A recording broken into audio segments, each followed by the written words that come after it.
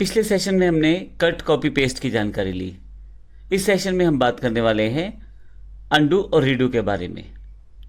जब भी आप लिब्रा ऑफिस के राइटर में कोई कार्य करते हैं तो ऐसा हो सकता है कि कुछ आपसे मिस्टेक हो जाए, कुछ गलत हो जाए। ऐसे केस में आप स्टेप बैक कर सकते हैं, यानी कि अपनी उस गलती को स्टेप बैक करके अंडू कर सकते हैं। इसके लिए आप अंडू बटन का प्रयोग कर सकते हैं और इसके लिए शॉर्टकट की रहता है कंट्रोल जेड। इसी तरह से यदि आपको लगता है कि वो गलती जो ठीक की गई है नहीं, वो पहले ठीक था, तो फिर आप रीडू भी कर सकते हैं, यानी कि आप स्टेप बैक भी जा सकते हैं।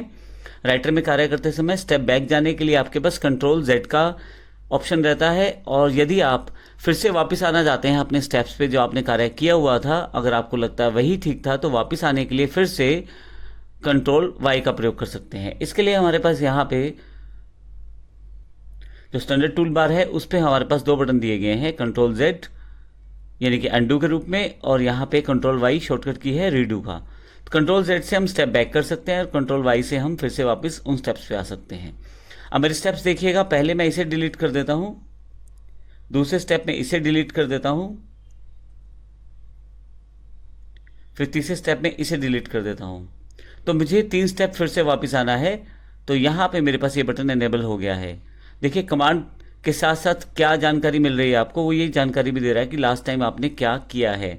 तो अंडू डिलीट पैराग्राफ्स, तो मैं इसको एक बार क्लिक कर देता हूँ, 2 बार क्लिक कर देता हूँ यहाँ से, और इस तरह से 3 बार क्लिक कर देता हूँ। तो मैं फिर से वापस उन स्टेप्स को कवर करते हुए आ गया हूँ वापस, और मेरा सारा टेक्स्ट यहाँ पे अवेलेबल हो गया है। अब यहाँ पे अगर आपको लगता है नहीं मुझे वो डिलीट करना ही था, तो फिर से रीडू कर सकता हूँ। तो रीडू में भी फिर से कमांड्स बताई गई हैं। एक बार क्लिक करूँगा वो डिलीट करेगा, दोबारा और तीसरी बार, क्योंकि मैंने यहाँ 3 बार चलाया था। उसके बाद ये बटन डिसेबल हो गया है।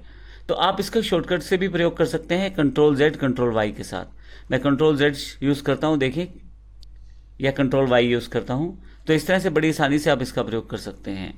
कुछ भी गलत होने पे आप कंट्रोल जेड और कंट्रोल वाई यानी कि अंडू और रीडू का प्रयोग करके अपने टेक्स्ट को बड़ी आसानी से सेव कर सकते हैं। अगले सेशन से हम फाइंड, रिप्लेस और साथ ही स्पेलिंग ग्रामर्स की कमांड्स को चेक करेंगे। धन्यवाद।